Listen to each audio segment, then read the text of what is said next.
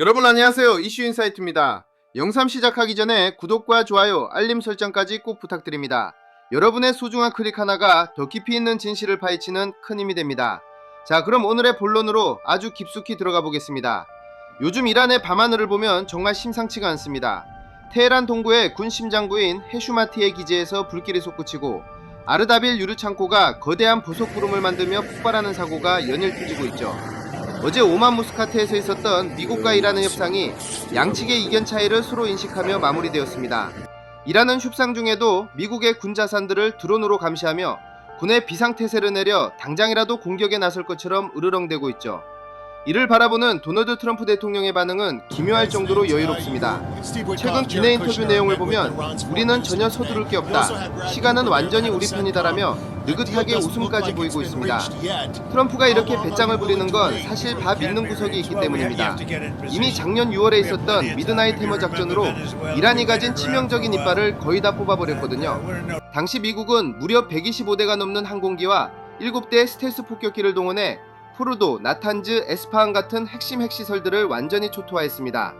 특히 지하 깊숙이 숨겨진 시설들에는 수만 파운드 무게의 거대 벙커버스터를 쏟아부어 다시는 복구할 수 없는 타격을 줬습니다.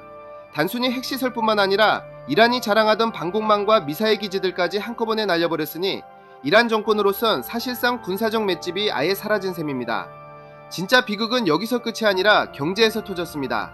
군사적으로 무너진 것도 모자라 달러 줄기까지 꽉 막히니 리알화 가치는 말 그대로 쓰레기 수준이 됐고 물가는 미친듯이 치솟았습니다. 한때 1달러당 4만 리알이던 환율이 이제는 무려 110만 리알을 넘어섰고 암시장에선 175만 리알까지 부르는 등 화폐 경계 자체가 붕괴됐습니다. 인플레이션은 60%에 달하고 국민 절반이 굶주리는 빈곤층으로 전락하니 결국 참다 못한 사람들이 목숨을 걸고 거리로 쏟아져 나온 겁니다. 하지만 정권은 대화 대신 총구를 선택했습니다. 올해 1월 초부터 시작된 피해 진압 과정에서 최소 수만 명의 무고한 국민들이 목숨을 잃었습니다. 현장 증언에 따르면 시위대를 향한 조준 사격은 기본이고 심지어 병원에 누워 치료받는 부상자들까지 찾아가 공격하는 비인도적인 학살이 자행되었습니다.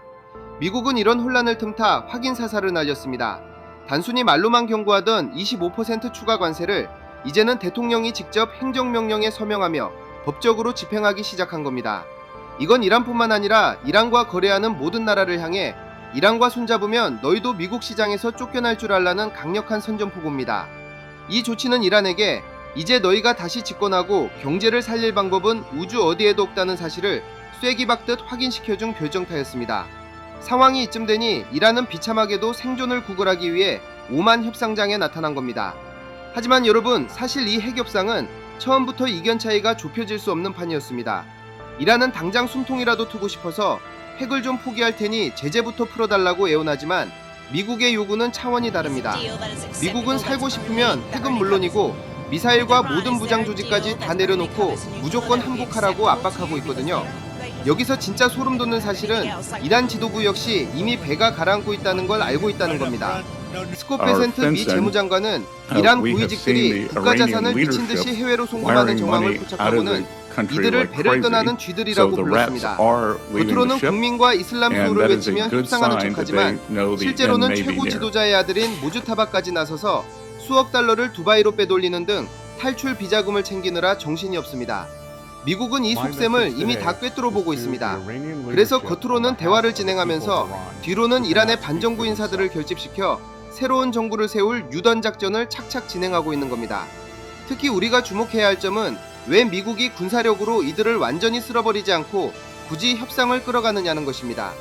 핵심은 바로 혁명 수비대를 안전하게 무장해제시키는 데 있습니다. 이들을 단순히 무력으로 밀어버리면 고도로 훈련된 수십만 명의 군인들이 총기를 들고 지하로 숨어들어 또 다른 거대 무장 반정부 세력이 되어버릴 게 뻔하거든요. 마치 과거 이라크에서 사담 후세인 군대를 해산시켰다가 끝없는 내전의 늪에 빠졌던 비극을 되풀이하지 않겠다는 계산입니다. 그래서 미국은 이란 곳곳에서 터지는 폭발 사고와 호르무즈 해협의 항모 전단을 보여주며 순순히 무기를 내려놓고 정권 교체를 받아들이는 것 외엔 너희에게 남은 수단은 없다는 걸 뼈저리게 인식시키고 있습니다. 결국 다음 주에 있을 2차 회담은 평화의 시작이 아니라 현 정권의 종말을 공식적으로 기록하고 새로운 이란을 설계하는 미국의 거대한 체스 게임이 될 것입니다. 지금까지 이슈인사이트였습니다. 끝까지 시청해주셔서 감사합니다.